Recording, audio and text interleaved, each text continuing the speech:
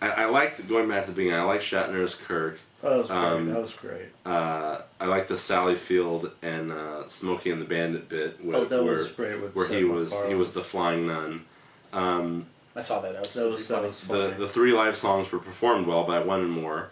The Christopher Plummer bit where they did a thing with the Von Trapp family was fun, but then they didn't capitalize on it. But the thing about it is, with that Nazi guy running into they're gone. I mean, wouldn't he be scared if he's like, now he's surrounded by all these Jews?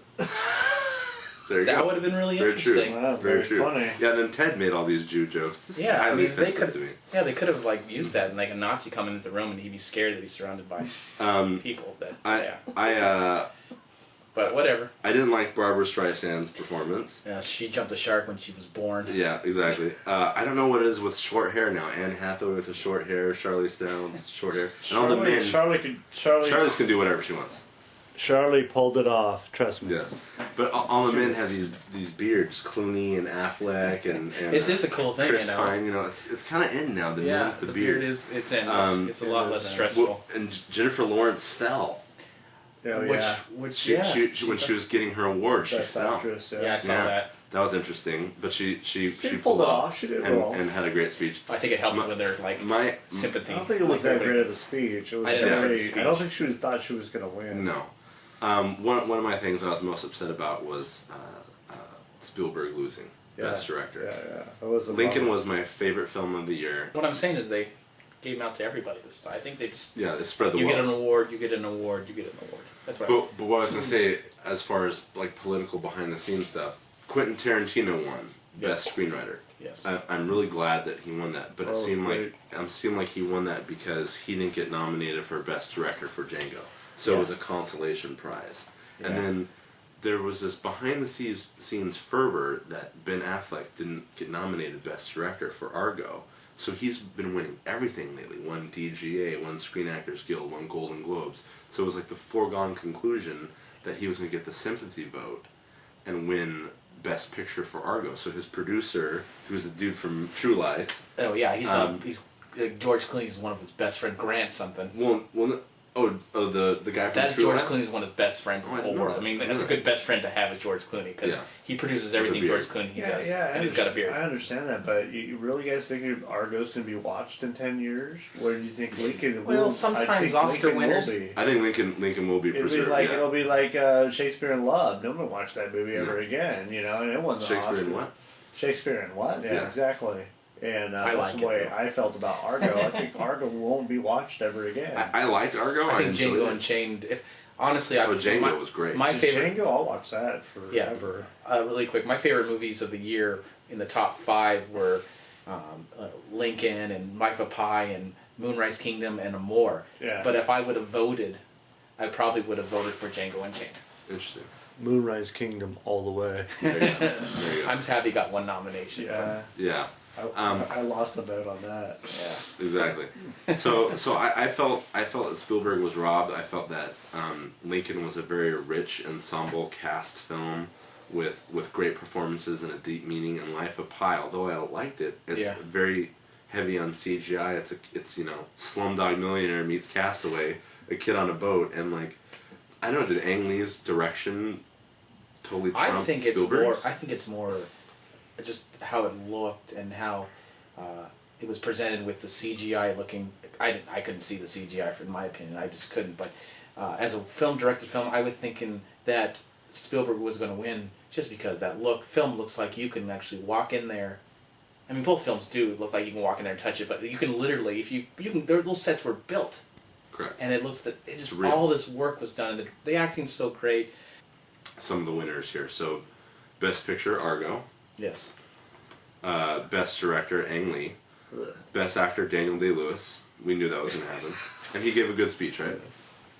I would have thought it was funny if he just walked out. That's and for Best Actor... And he just walked. Yeah. Meryl Streep, talk about what Meryl Streep did. What Meryl Streep was funny. She didn't seem like, after she announced the nominations, she's like, it almost came off as she didn't have to open it up. She didn't open the envelope. She did it off screen, I guess. She must have did it off screen or something, because she just said Daniel Day-Lewis. And that's why that's so funny. He could just...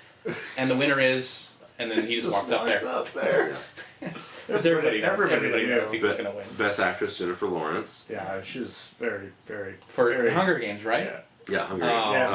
No. Best Supporting Actor, surprise here, Christoph Waltz. No, I thought it might have been Robert De Niro. Robert De Niro. Because he hasn't won since 1980. Yeah, I thought it was going to be that. And Philip Seymour Hoffman was great in The Master, but Christoph Waltz, who we enjoyed. Yes, immensely. Just immensely, yeah. So. But interestingly enough, we agree, I wonder if you agree with us, Chad, that for supporting actor for Django, Leonardo DiCaprio or Sam Jackson's performances were better. What was that about? They weren't nominated. They were phenomenal. Yeah, you can. I've talked to a lot of my friends who also do movie reviews like me, and we were all pretty much upset that at least Leo didn't get nominated. Leo was it would have nice to phenomenal. see Sam, because I think Sam stole the show every time he was there.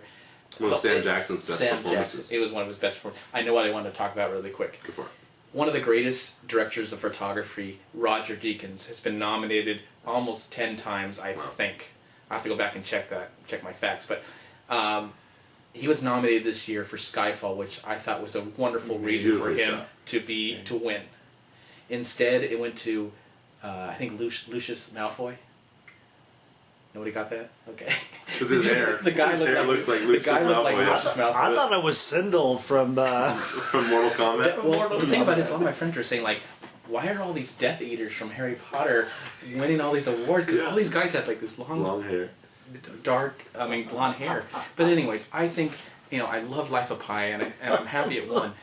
But Roger Deakins deserves to finally win an Oscar, because his career, everything he's done, is phenomenal. I thought this was going to be his year. That's all I think he should have won too. Yeah, it was actually a phenomenal movie. Best. What was up with Batman not getting nominated? That's a whole other block. Out of 9 nominations, they could have used their 10th spot and done Skyfall, Dark Knight Rises, Avengers, some type of blockbuster film. I wasn't a fan of the Avengers like everybody else. I liked the movie. Don't get me wrong. I am a fan. I liked it. It was okay. But it was a good popcorn movie. Yeah. But people, they think it's the best movie of the year. Yeah. So that's fine. It's not in my opinion. It's not the best film. No. It's not even on my best of. But you have, again, for a reason, The Dark Knight in 2008 won. Was such a big, huge hit that it ignited that, hey, let's have 10 awards. Yeah. So the following year, Avatar and District 9 were at least nominated, okay? District 9, amazing. District 9, what I'm just saying, those are just big films that were nominated. Oscars. And now they've just gone back to it and just tacked on 9 movies that are not big genre. Out of the 9 films nominated for Best Picture, not one of them are in the top 15 of the top box office films. Yeah.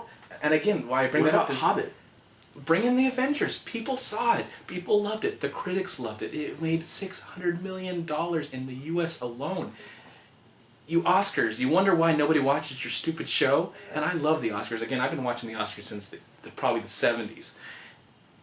You wonder why. Why did you not make 10 awards win? And I know I'm just preaching probably to myself, but why not make 10 awards? Why not make 10 awards, like you've said you make 10 awards, and put in a couple, maybe an Avatar that year, whatever the Avatar was that year, Some blockbusters. The years you nominate Avatar and Lord of the Rings and films of that nature, your viewership goes up, People are like, oh, I didn't see Amor, even though I love Amor. I didn't see Amor, what the hell's Amor? The average filmmaker is like, what the hell's Amor? But if you find something that is something like everybody saw Avengers, more people might watch the Oscars. I loved Hurt Locker the other year. 2009. 2009, great film, but that was the lowest box office. 14 million, I think it made for Best Picture and forever. So wake up, Academy! You're trying to appeal to young people by bringing in Anne Hathaway and James Franco, who were not so good hosts the other year. You get the rude boy of comedy, Seth MacFarlane this year, the Family Guy dude, but then you nominate.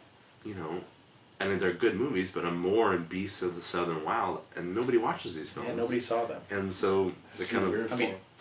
most, I saw them all, but not the average film goer that just wants to see the blockbusters. Right. Now, Avengers, granted, wasn't one of my favorites, but it was a huge crowd pleaser. The critics loved it. Got a 80-90% on Rotten Tomatoes. Yeah. Put it in there. I don't care. At least make it 10. If you're going to make it 10, make it 10. It is insulting. Disappointing. Best Supporting Actress, Anne Hathaway. That was a foregone conclusion for Les Mis. I didn't like her acceptance speech. She's coming off as disingenuous to me. Yeah. And someone said she needs to eat a sandwich. Kristen Chenoweth, God bless her, I love her. She needs to eat a sandwich. The short little thing. She's a little girl. Stop puking.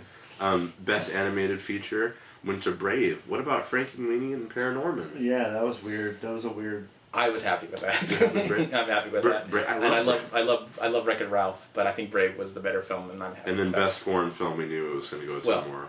If a movie is nominated as a foreign film that's nominated for Best Picture, if you look at the history of the Oscars, if a movie is a foreign language film and is nominated for Best Picture, it's going to win Best Foreign Language Film. That's happened in 2000 with Crouching Tiger. It happened in 98 with Life is Beautiful. It happened in the 60s with a movie called Z. So there you go. For predictable screenplays, we have original screenplay that went to Django. Yeah. So we're happy about that. We're really happy. And I like his speech. His speech was good. I predicted Zero Dark 30 though. Yeah, I thought. What'd you predict? I predicted Django. I thought he was going to win. Oh, cool. Good for you. And then Robert, you wanted Moonrise Kingdom. Yeah, I wanted Moonrise. I would have loved Moonrise Kingdom. But don't get me wrong. I would have loved that. It was a great script. And then Best Adapted Screenplay. I did an event recently where I got to meet 7 of the nominated Oscar writers, so I got to talk to some of these guys and gals recently, and I really felt Kushner was going to win for Adapted for Lincoln. He originally wrote a 500-page script, and it didn't go to Lincoln, it went to Argo. Yeah, I thought it was going to be one of the big screenplays adapted was Silver's Lining Playbook, and it's a movie that I really enjoyed. I don't think it's one of the best films of the year, great cast. But I really enjoyed it, and I thought that was going to win. So I probably would have picked Silver Linings for the win, but there you go. Yeah. Let me check real quick what some people have said online on my online feed.